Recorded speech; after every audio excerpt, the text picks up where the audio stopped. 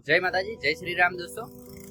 તો જો આપણે આજનો વ્લોગ તો આમ નોર્મલ નાખવાનો તો અત્યારે જ્યારે કપડાં લેવા જઈશું એટલે કપડાનો વ્લોગ બનાવીશું અને અત્યારે વ્લોગ પૂરો જ હતો જો કે આપણા એકદમ મસ્ત વ્લોગ છે। તો જો આપણે કાલે મતલબ સેટ આવેલા અને એમને મતલબ જે અમે દુકાન લીધી છે એનો હિસાબ કરવાનો।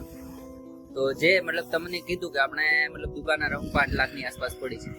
તો મતલબ શેઠને જે બી આપવાનું થતું એમાં કાલે એમને ફોન કર્યો ને કહ્યું કે પ્રકાશ તારી જોડે કઈ પેમેન્ટ થાય એવું હોય તો જો આપણે આટલા દિવસ મતલબ બહુ 20-25 દિવસથી ધંધો કરીએ અને માલ લાવીએ અને વેચીએ એ ટાઈપનું છે।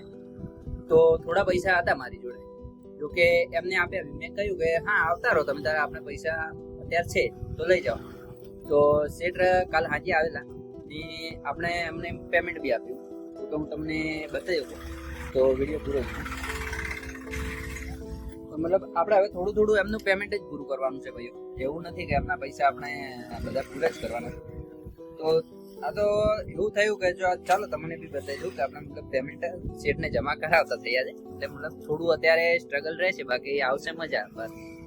તો જોઈ શકો જો આમને મતલબ દુકાનમાં ટોટલ આટલું હતું મારે આપવાનું અને કાલના દિવસે મતલબ 20 તારીખે એમને મેં 50,000 આપ્યા અને આ છે એ મતલબ કઈ અમે માર્કેટ બીજે જઈએ તો એમને આગા પાછું થતું હોય કાં તો કઈ આપવાનું હોય એવું બધું તો એમાં આપ્યા। અને આ છે એ મતલબ મારું ટોટલ આજે દુકાન મને આટલામાં પડી જે બી મતલબ મારો આગળનો થોડો હિસાબ હતો દુકાનનો અને એમાં મેં 50,000 આપ્યા।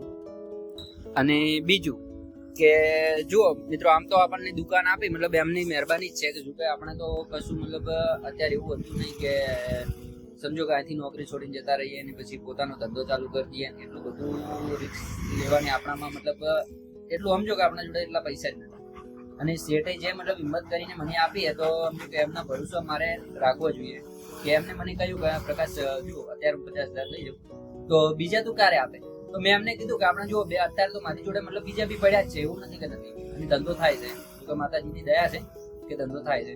અને એમને મેં કીધું કે હા તમે એવું કરો, એક કામ કરો 25 તારીખે ફરી આવજો અને ફરી હું તમને 50,000 આપી દઈશ, એટલે મતલબ 5 દિવસમાં હું તમને 50,000 નું કરી આપીશ।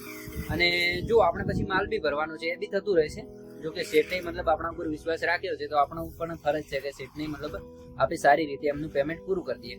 તો બસ મિત્રો આટલું જ તમને કહેવા માંગતું હતો કે આપણે મતલબ અત્યારથી હવે શેઠને પૈસા આપવાનું ચાલુ કરી દીધું, ભલે 12 મહિના થોડું સ્ટ્રગલ કરવું પડશે પણ આવશે મજા। પછી મતલબ દુકાનમાં સમજો કે એકદમ ફ્રી થઈને ધંધો કરવામાં મજા છે ને એવી મિત્રો મતલબ કરજામ રહી મજા ધંધો કરવાની મજા નથી। એટલે આપણે તો એક જ કામ છે કે શેઠનું પેમેન્ટ પૂરું થાય એટલે મસ્ત અને ખરીદી કરો, માલ ભરો, વેચો અને પછી પ્રોફિટ આપણે જોડે જ રાખવાનું છે। એવું નથી મિત્રો કે સમજો કે પછી તમારાથી શેઠ માંગશે કે ના મારા પૈસા 5 લાખ આપી દીધા મને બીજા 50,000 આપે, એવું કશું નથી।